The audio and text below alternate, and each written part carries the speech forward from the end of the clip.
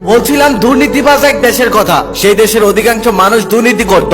অধিকাংশ মানুষ দুর্নীতি করার কারণে সেই দেশের জিনিসপত্রের দাম ছিল আকাশচম্বী। তবে জিনিসপত্রের দাম নিয়ে উপর মহলের কোনো মাথা ব্যথা ছিল না, কারণ যারা এক সাইনে 1,00,000 টাকা পায়, জিনিসপত্রের দাম বাড়লে তাদের কি আসে যায়? টাকা তো তাদের কাছে হাতের ময়লা। তবে সমস্যা ছিল তাদের, যারা সারাদিন মাথার ঘাম পায়ে ফেলে মাসে 10 থেকে 15,000 টাকা ইনকাম করত।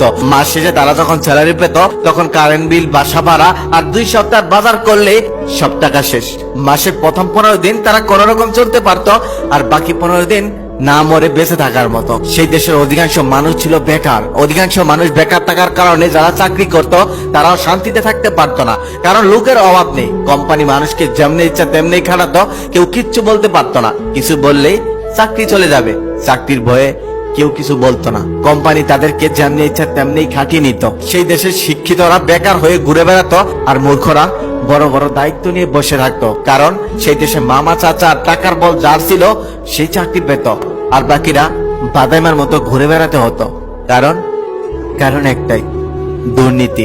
আর এই দুর্নীতির কারণে সেই সোনার দেশটা ধ্বংস হয়ে গেছে।